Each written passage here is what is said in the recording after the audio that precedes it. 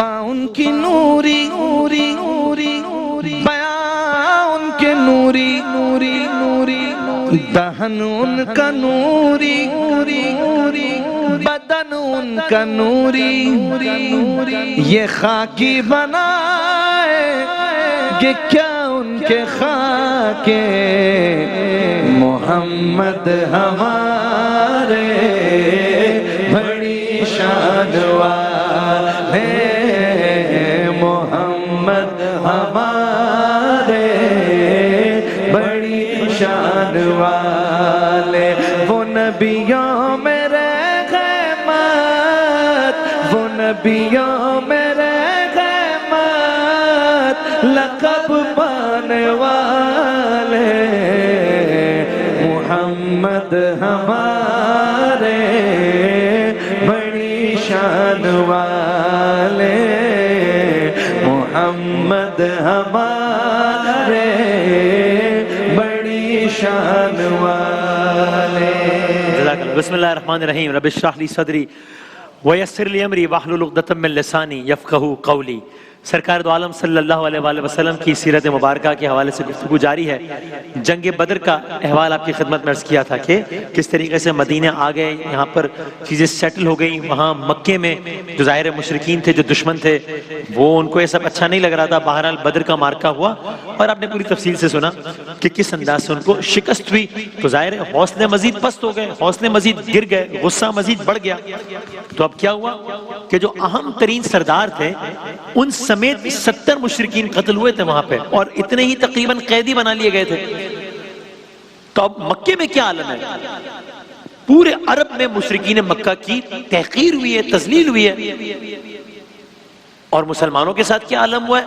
پورے جزیرۃ العرب میں مسلمانوں کی دھاک بیٹھ گئی ہے. کہ آپ ذرا اب تھوڑا سا اگر ریورس جائیں, یکم رمضان تھے جو ہم نے آپ کی خدمت میں عرض کیا ہے, تو اب آپ دیکھیں نا سچویشن ریورس کیسے ہوئی ہے. کہ کل تک یہی مکہ تھا, یہاں پر ظلم ہوتا تھا, یہاں پر حضرت بلال کے ساتھ کیا کچھ ہوا, حضرت عمار یاسر کے ساتھ کیا کچھ ہوا, کس طریقے سے سردار ظلم کرتے تھے. یہ منظر جو آج سے 7-8 10 دن پہلے آپ کی خدمت میں ہم روزانہ عرض کر رہے تھے, اور آج آپ یہ منظر دیکھ رہے ہیں کہ مقابلہ ہوا ہے, اس میں بدترین شکست ہوئی ہے اور اب رسوائی ہو رہی ہے. تو پورے جزیرۃ العرب میں مسلمانوں کی دھاک بیٹھ گئی. یعنی اب لوگ مدینے کو ایک طاقتور ریاست کی حیثیت سے تسلیم کرنے لگے. تو اب مشرکین کو تو یوں لگا کہ ہماری تو بقا کا مسئلہ ہے, یہ تو ایگزسٹنس کا ایشو ہو گیا ہے, کیا کریں اب. کیونکہ جو رہا صاحب حرم تھا بھی, وہ بھی بدر کے بعد تو سب ختم ہو گیا معاملہ. تب ان کے باقی رہ جانے والے جو سردار تھے سب سر جوڑ کر بیٹھے. طے کیا گیا 1 سال تیاری کریں گے, مسلسل تیاری کریں گے. کس چیز کی؟ حملے کی. زیادہ سے زیادہ مال متاع فراہم کیا جائے, جتنی بھی فائنینشیل ایڈ ریکوائرڈ ہے اس مارکے کے لیے جو کہ اگلے سال کرنا ہے ہم نے, اس کی تیاری کریں ابھی سے. اور اس سب کے بعد, بھرپور تیاری کے بعد, یک بار کی حملہ کریں گے, اینٹ سے اینٹ بجا دیں گے اپنے دشمنوں کی, ہمیشہ کے لیے مسلمانوں کا خاتمہ کر دیں گے. بہت ہو گیا مشرکین کے الفاظ میں. اب اس چیپٹر کو ہمیشہ کے لیے کلوز کرنا ہے. اب ایک فیصلہ کن مارکا ہونا چاہیے, بہت ہو گیا. تو اب آپ سمجھ لیجئے کہ گویا اگلے 1 سال تک جو بھی ایکٹیویٹیز ہو رہی ہیں, تمام مشرکین مکہ کی تمام تر ایکٹیویٹیز کا جو مرکز ہے وہ یہ آنے والی جنگ ہے. ایک فیصلہ کن جنگ ہونی ہے. نوجوانوں کا کیا عالم ہے؟ نوجوانوں کا عالم یہ ہے کہ جنگی فنون کی تربیت لے رہے ہیں, وہ ان کو بہترین سے بہترین ہتھیار فراہم کیے جا رہے ہیں. یہاں تک کہ خواتین ایون وہ اپنے مقتولین کا انتقام لینے اور اپنے انتقام کی آگ کو ٹھنڈا کرنے کے لیے وہ بھی اپنے مردوں کی مدد کر رہی تھی.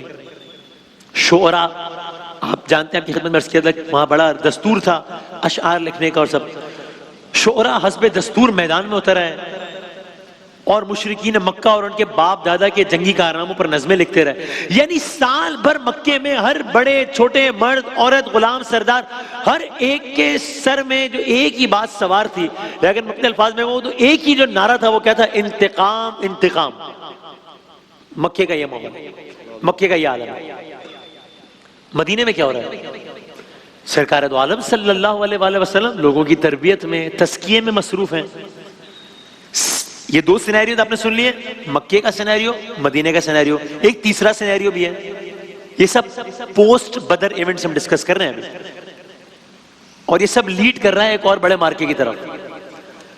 مکے کا یہ ماحول، مدینہ کا یہ ماحول. ساتھ ہی منافقین کیا کر رہے ہیں؟ منافقین اور یہودی، جو کہ آپ نے سنا ہے نا کہ مدینہ کے اطراف میں اور وہاں جو یہودی بھی رہتے تھے جن کے ساتھ کانٹریکٹس بھی ہوئے تھے سارا کچھ، تو جو اندر مسلمانوں کے اندر منافقین اور یہودی، یہ سب بھی مسلمانوں کی جڑوں کو کاٹنے میں مصروف رہے. یہاں تک کہ ان لوگوں کے تو مشرکین مکہ سے بھی رابطے رہے، کیونکہ منافق تو ہوتا ہی وہ ہے نا کہ مطلب ہے آپ کی صفوں میں اور وہ کہیں اور رابطے میں. تو اب یہ سا یہاں تک کہ اب 3 ہجری آ گئی.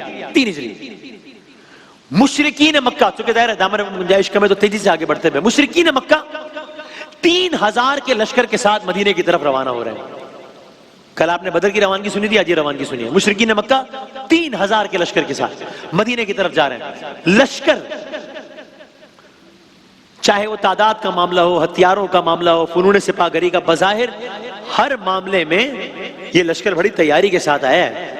یہ مکے سے چلے ہیں. مدینہ منورہ میں کیا ماحول ہے؟ مدینۃ الرسول میں پریشانیاں اور ساتھ ہی منافقین اور یہودیوں کی سازشیں عروج پر ہے. پریشانیاں ان دا سینس یعنی ایک کنسرن کہ یہ ایک اور مارکا اب آ کھڑا ہوا ہے، چونکہ ساتھ ہی منافقین اور یہودیوں کی سازشیں بھی عروج پر ہیں. تو اندازاً مسلمانوں کی فوج میں تقریباً 1000 کے قریب اہل ایمان شامل ہیں. لیکن ظاہر ہے نسبتاً غربت ہے، تنگ دستی ہے، اور اس بنا پر ہتھیاروں کے معاملے میں بھی وہ مشرکین مکہ سے پیچھے ہیں. بظاہر مشرکین مکہ کی تعداد مومنین مدینہ کی تعداد سے 3-4 گنا زیادہ ہے. ملٹیپلائی بائی 3 ہے، ملٹیپلائی بائی 4 ہے. لیکن ہاں اللہ سے فتح کی امید ہے، اللہ سے نصرت کی امید پر فوج حق فوج باطل سے ٹکرانے اور فوج سرکار دو عالم صلی اللہ علیہ وآلہ وسلم مخالفین سے نبرد آزما ہونے کے لیے اللہ کے سہارے سرکار دو عالم صلی اللہ علیہ وآلہ وسلم کی قیادت میں روانہ ہوئی. مگر راہ میں ایک اور ایونٹ ہو گیا. وہ کیا ہوا؟ سردار منافقین عبداللہ بن ابی اپنے 300 منافقین کے ساتھ، اپنے 300 ساتھیوں کے ساتھ اس لشکر کا ساتھ چھوڑ گیا. تو اب آپ دیکھیے کہ ایک طرف دشمن سے مقابلے کے لیے جایا جا رہا ہے اور راستے میں ہی اپنی صفوں سے کچھ لوگوں نے وہ بیک فائر کر وہ جو ہے وہ پیچھے چلے گئے، واپس چلے گئے، ساتھ چھوڑ دیا انہوں نے. عبداللہ بن ابی اسی لیے اس کو سردار منافقین کہا. لیکن ظاہر ہے قربان جائیں میرے آقا صلی اللہ علیہ وآلہ وسلم کی شجاعت پر، بہادری پر. ظاہر ہے کہ آپ کے پائے ثبات میں کوئی لغزش نہ آئی. آپ کی نظریں اللہ کی فتح پر مرکوز تھیں، اللہ کی مدد پر مرکوز تھیں، فتح و نصرت پر مرکوز تھیں. تو بس سرکار دو عالم صلی اللہ علیہ وآلہ وسلم نے پورے وقار کے ساتھ صف بندی کی. جنگ کا آغاز ہوا. غزوہ بدر کی مانند اپنے سے 4-5 گنا بڑی طاقتور ہتھیاروں سے لیس فوج پر بظاہر یا نسبتاً قلیل تعداد میں مسلمانوں نے ایسا مقابلہ کیا کہ دشمنوں کے پاؤں اکھڑ گئے. ان کی عورتیں جو اپنی فوج کے پیچھے بہادری کے گیت گا رہی تھی ان کے بھی حواس باختہ ہو گئے اور مشرکین پسپا ہوئے. الحمدللہ مسلمانوں کو فتح حاصل ہوئی. وہ ایک مارکا، اب یہ مارکا. ہاں اب کیا ہوا؟ فتح حاصل ہوئی. یہاں پر یہ مارکا جیتا مسلمانوں نے، وہ پسپا ہوئے. فتح کے بعد اب جب یہ لوگ میدان جنگ سے دشمن یعنی اب وہ واپس جا رہے ہیں چونکہ وہ پسپا ہو گئے ہیں، اور یہاں جب دشمن کا چھوڑا ہوا مال جمع کیا جا رہا ہے تو ایک مقام پر جہاں سرکار دو عالم صلی اللہ علیہ وآلہ وسلم نے ظاہر سب کو ڈیوٹیز اسائن کی ہوئی تھی، ایک مقام پر کچھ بے اعتدالی ہوئی جس کی وجہ سے وہ لوگ جو واپس جا رہے تھے انہوں نے ایک اور اسٹریٹجی اپنائی. واپس آئے اور ایک بار پھر مسلمانوں پر حملہ کرنے کی کوشش کی. ایک بار پھر مسلمانوں پر ان کا لشکر ٹوٹ پڑا، یہاں تک کہ اس حملے میں مسلمانوں کے 70 افراد شہید ہوئے. اللہ اور کہتے ہوئے وجود کانپتا ہے سرکار دو عالم صلی اللہ علیہ وآلہ وسلم زخمی ہوئے، اس میں دندان مبارک شہید ہوئے. آپ کے فدا کا بھی ومی یا رسول اللہ.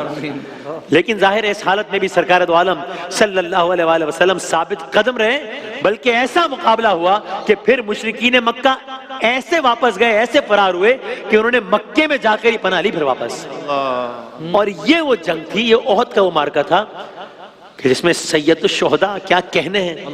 اللہ اللہ سبحان اللہ. آج بھی اللہ تعالیٰ سب کو مدینہ منورہ مکہ معظمہ جانے کی سعادت دے. تو کیا کہنے سیدنا امیر حمزہ کے مرقد کے. تو یہ وہ جنگ تھی کہ جس میں حضرت مصعب بن عمیر اور حضرت امیر حمزہ نے جام شہادت نوش کیا. تو اب یہ دوسرا مارکا بھی ہو گیا ہے مسلمانوں کا اور کفار کا. بات آگے یہاں سے کہاں بڑھتی ہے؟ کلرز کریں گے انشاءاللہ.